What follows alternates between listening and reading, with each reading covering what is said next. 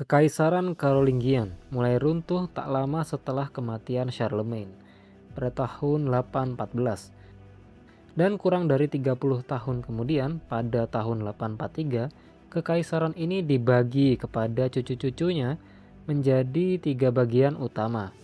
Tanah Franka atau Frankis di bagian barat yang kemudian menjadi basis kerajaan Prancis, tanah di bagian timur yang kelak menjadi Jerman, serta kerajaan tengah yang terbentang dari Laut Utara hingga Mediteran.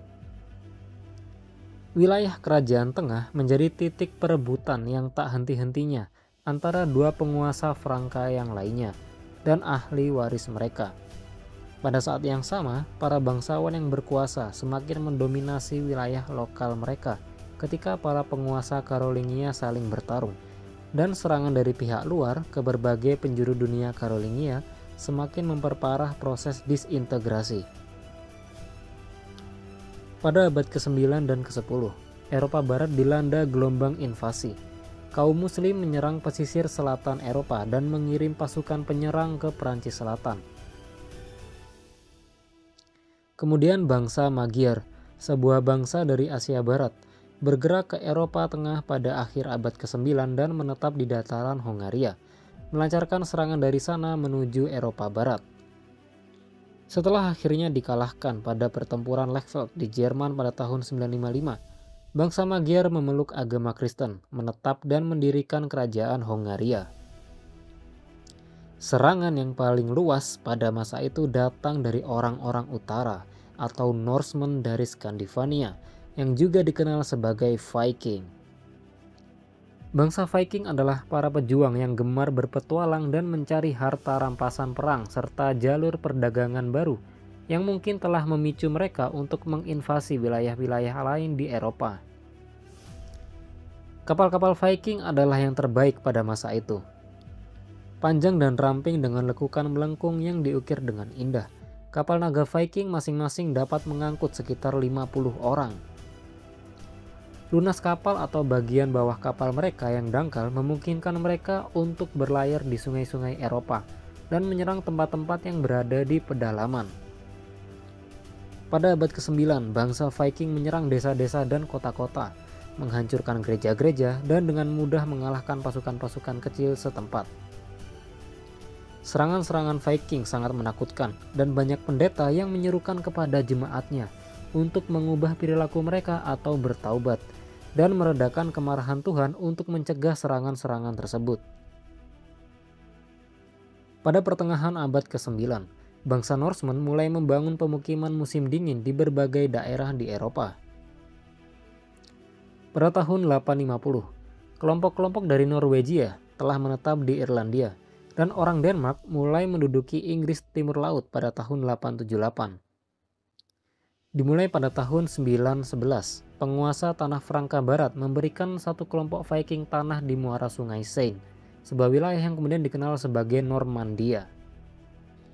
Kebijakan untuk menempatkan bangsa Viking dan mengkonversi mereka ke agama Kristen merupakan kebijakan yang direncanakan atau disengaja. Dengan masuknya mereka ke dalam agama Kristen, bangsa Viking segera menjadi bagian dari peradaban Eropa. Disintegrasi kekuatan pusat di wilayah Carolingian dan invasi yang dilakukan oleh orang-orang Muslim, Magyar, dan Viking menyebabkan munculnya jenis hubungan baru di antara orang-orang bebas ini.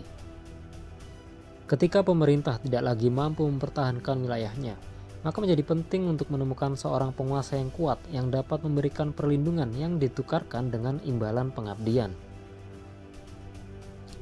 Kontrak yang disahkan antara atasan dan bawahannya, yang diistilahkan dengan vasal, adalah dasar dari apa yang disebut oleh generasi sejarawan terdahulu sebagai feodalisme, yang mereka definisikan sebagai sistem politik dan militer yang berlaku di sebagian besar Eropa pada awal abad pertengahan. Ada sekilas perdebatan mengenai apa yang disebut sebagai feodalisme. Pada tahun 1970-an, beberapa sejarawan mengkritik penggunaan istilah feodalisme, menganggapnya sebagai suatu bentuk yang terlalu sederhana dan tidak cocok untuk menggambarkan masyarakat abad pertengahan. Sebuah tulisan ilmiah kemudian menyatakan bahwa para sejarawan telah menggunakan hubungan sosial dan hukum feodal abad ke-11 dan ke-12 untuk menggambarkan secara keliru perkembangan pada abad ke-9 dan ke-10. Selain itu, banyak sejarawan berpendapat bahwa ada perbedaan yang signifikan dari satu wilayah ke wilayah lain dalam hal hubungan antara pengabdian dan tugas yang berbasis pada tanah, maksudnya kepemilikan tanah.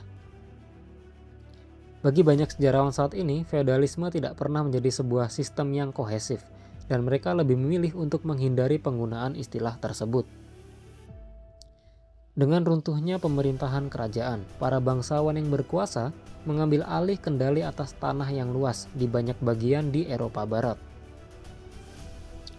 Mereka membutuhkan orang-orang untuk berperang bagi mereka, sehingga muncullah praktik pemberian hibah tanah kepada para vasal atau bawahan, atau abdi yang sebagai imbalannya akan berperang untuk tuan mereka. Tentara Franka pada awalnya terdiri dari tentara pejalan kaki, mengenakan zirah dan bersenjatakan pedang. Namun pada abad ke-8, kuda-kuda yang berukuran besar mulai digunakan, bersama dengan sanggurdi kuda yang diperkenalkan oleh para penunggang kuda nomaden dari Asia. Sebelumnya, para penunggang kuda adalah pelempar tombak. Kemudian mereka mengenakan baju besi dalam bentuk mantel besi. Kuda yang lebih besar dapat membawa beban yang lebih berat, dan menggunakan tombak panjang yang memungkinkan mereka bertindak sebagai semacam daya gedor yang menabrak dan membuka jalan perang. Selama hampir 500 tahun, kavaleri lapis baja atau ksatria, demikian sebutan mereka, mendominasi peperangan di Eropa. Para ksatria memiliki prestis sosial yang tinggi dan menjadi tulang punggung aristokrasi Eropa. Tentu saja memiliki kuda, baju besi, dan senjata adalah hal yang mahal. Juga butuh waktu dan banyak latihan untuk belajar menggunakan peralatan ini dengan terampil dari atas kuda. Oleh karena itu, seorang penguasa yang menginginkan orang-orang berperang untuknya harus memberikan setiap vasal sebidang tanah yang menyediakan dukungan bagi vasal dan keluarganya. Sebagai imbalan atas tanah tersebut, vasal memberikan keterampilan bertarung kepada tuannya. Masing-masing membutuhkan satu sama lain. Dalam masyarakat abad pertengahan awal, di mana hanya ada sedikit perdagangan dan kekayaan terutama didasarkan pada tanah, tanah menjadi imbalan tertinggi yang dapat diberikan oleh seorang tuan kepada seorang vasal sebagai balasan atas kesetiaan dan layanan militernya. Di beberapa daerah di Eropa, hibah tanah yang diberikan kepada seorang vasal dikenal sebagai fief. Fief adalah sebidang tanah yang dimiliki oleh seorang vasal sebagai imbalan atas layanan militer. Kemudian vasal yang mendapat tanah hibah tersebut menggunakan hak yurisdiksi atau otoritas politik dan hukum di dalam kawasan fief atau tanah tersebut. Ketika dunia Karolingian terpecah secara politis akibat dampak pertikaian internal dan invasi, semakin banyak penguasa kuat yang muncul yang sekarang bertanggung jawab untuk menjaga ketertiban. Kepemilikan tanah juga menjadi semakin tidak sederhana dengan berkembangnya subinfeodasi. Para vasal dari seorang raja yang juga merupakan penguasa besar, mungkin juga memiliki bawahan yang akan berutang budi kepada mereka sebagai imbalan atas hibah tanah yang diambil dari wilayah tersebut. Jadi, para vasal tersebut mungkin juga memiliki vasal yang pada tingkat seperti ini akan menjadi ksatria sederhana dengan tanah yang hampir tidak cukup sebagai penyedia kebutuhan mereka. Hubungan tuan dan vasal kemudian mengikat pemilik tanah yang lebih besar dan pemilik tanah yang lebih kecil. Pada semua tingkatan, hubungan tuan dan vasal selalu merupakan hubungan yang terhormat antara orang-orang merdeka dan tidak menyiratkan rasa perbudakan. Kepemilikan tanah menjadi ciri khas dari serangkaian praktik yang menentukan hubungan antara tuan dan vasalnya. Kewajiban utama seorang vasal kepada tuannya adalah melakukan dinas militer, biasanya sekitar 40 hari dalam setahun. Seorang vasal juga diharuskan hadir di istana tuannya ketika dipanggil untuk memberikan nasihat kepada tuannya. Dia mungkin juga diminta untuk duduk sebagai juri dalam sebuah kasus hukum, karena vasal utama dari seorang tuan adalah rekan sejawat, dan hanya mereka yang bisa menghakimi satu sama lain. Akhirnya, para vasal juga bertanggung jawab atas bantuan, atau bantuan keuangan kepada tuannya dalam beberapa kesempatan, termasuk penobatan putra sulung tuannya, pernikahan putri sulungnya, dan tebusan bagi tuannya jika ia ditangkap. Pada sisi lain, seorang penguasa memiliki tanggung jawab terhadap para vasal. Kewajiban utamanya adalah melindungi vasalnya, baik dengan membelanya secara militer atau dengan memihaknya di pengadilan. Tuan juga bertanggung jawab atas kesejahteraan vasal, biasanya dengan memberikan tanah atau fief. Kelas bangsawan dan kesatria pemilik tanah terdiri dari elit militer yang kemampuannya untuk beroperasi sebagai prajurit memerlukan waktu luang yang dipergunakan untuk menekuni seni berperang. Tanah-tanah yang mana terletak di wilayah fief yang diberikan kepada seorang vasal oleh tuannya dan dikerjakan oleh kelas petani yang bisa dibilang belum mandiri, menyediakan pasokan ekonomi yang membuat cara hidup ini menjadi mungkin. Manor adalah kawasan pertanian yang dioperasikan oleh seorang tuan tanah dan dikerjakan oleh para buruh tani. Meskipun buruh tani merdeka tetap ada dan banyak, semakin banyak petani merdeka yang menjadi serf, yakni budak, yang terikat pada tanah dan diharuskan menyediakan jasa tenaga kerja, membayar sewa, dan tunduk pada otoritas tuan tanah. Pada abad ke-9, mungkin 60% dari populasi Eropa Barat telah menjadi budak atau serf.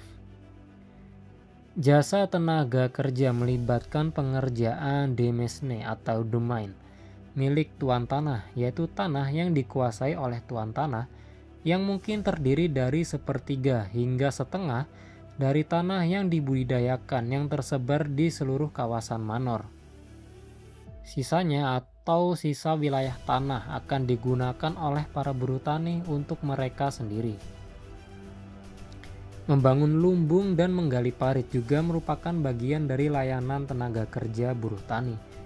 Para serf biasanya bekerja sekitar 3 hari dalam seminggu untuk tuannya dan membayar sewa dengan memberikan bagian kepada tuannya dari setiap hasil panen yang mereka hasilkan. Para serf atau budak ini secara legal terikat pada tanah tuannya dan tidak dapat keluar tanpa seizinnya. Meskipun bebas untuk menikah, para serf tidak dapat menikahi siapapun di luar manor mereka tanpa persetujuan tuannya.